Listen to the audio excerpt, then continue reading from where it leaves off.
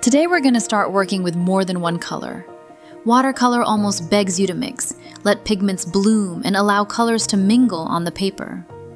An experienced watercolorist can create a beautiful effect with just a few strokes, but that isn't luck.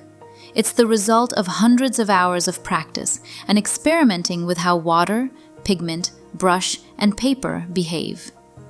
Today you'll start building that kind of control. We'll do two simple exercises that complement each other. First, you'll practice a smooth transition of a single value from dark to light. Then we'll try a transition between two or even three colors.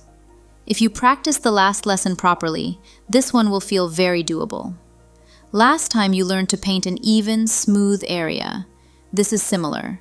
You'll paint a smooth wash again, but you'll gradually change the paint strength, its value, as you go. Let's start with a gradient, a smooth tonal transition, also called a graded wash. We'll begin with a smooth transition from a dark value to a light value, or the other way around. This is a foundational technique that teaches three key things at once: how much water to keep in your brush, how quickly you need to work, and how to keep your strokes connected so you don't get hard steps between bands. For this exercise, it helps to work with pre-mixed paint. Along with clean water, prepare two mixes of the same color, one light and one dark. You'll use these little by little. Mix more paint than you think you'll need. If you run out and have to remix midway, the paper will start drying and you'll get blotches instead of a smooth transition. In watercolor, we usually don't paint white. The white is the paper. Whatever should stay white simply remains unpainted. So if you want to transition from white to a fully saturated color, you need to start with clean water and gradually add pigment. Start at the top with clean water. Paint your first band and make sure a small bead of moisture collects along the lower edge. On the next band, lightly tint your water-loaded brush using your light mix and paint another band. Always keep that little bead of moisture at the bottom edge. For the third band, pick up more of the light mix, maybe with a touch of clean water, and paint the next band. Continue band by band, gradually using a darker and darker mix. Always remember, each new band pulls a bit of pigment from the band above it. That's what creates a smooth gradient, even if you're only working with 2 or 3 pre-mixed strengths of the same color. At the bottom of the sheet, paint your final band with the brush loaded only with the darkest mix. This should produce a fairly smooth graded wash.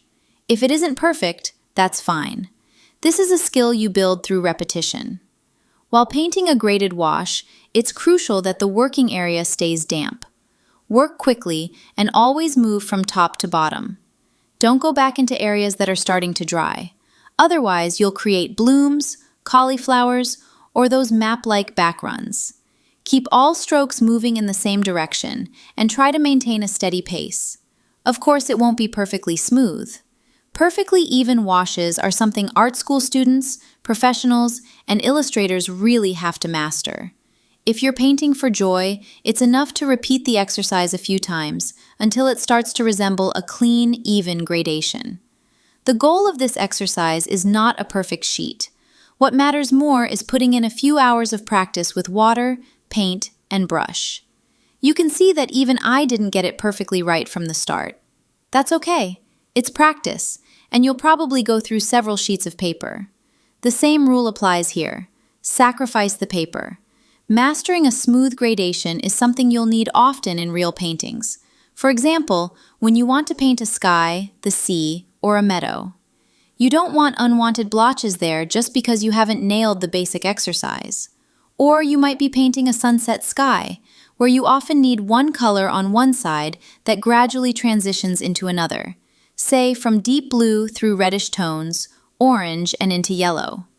For those more complex color transitions, today's second exercise is ideal. Variegated Wash. Now let's move on to a transition between two colors, also called a variegated wash. Once you can paint a one-color graded wash, try transitioning between 2 or even 3 different colors. The goal is the same: no harsh jumps, only a smooth blend. In many cases, a 2-color transition actually becomes a 3-color transition. You start with one color, shift into another in the middle, and end with a third color created by mixing where the pigments meet, if your choices are harmonious. Mixing red and yellow creates orange. Mixing yellow and blue creates green. Mixing blue and red creates purple. But this doesn't happen cleanly with every pair. Sometimes mixing can produce dull, muddy, ashy neutrals. We'll talk more about color in the next lesson. So how do you choose colors for today's exercise? For now, choose the paints you already have and like. Today the goal is practice with water and brush control, and above all, observation. Train your eye to judge how much paint you need to load into the brush to get a saturated stroke on paper, and how much water you then need to add to soften and lighten that color. Experiment, mix, compare, and notice which combinations you love and which ones give you muddy color. That's how you build visual memory and intuition. Later on, it will save you a lot of trial and error while painting. In the next video, we'll go through color theory. Slightly boring, but genuinely useful.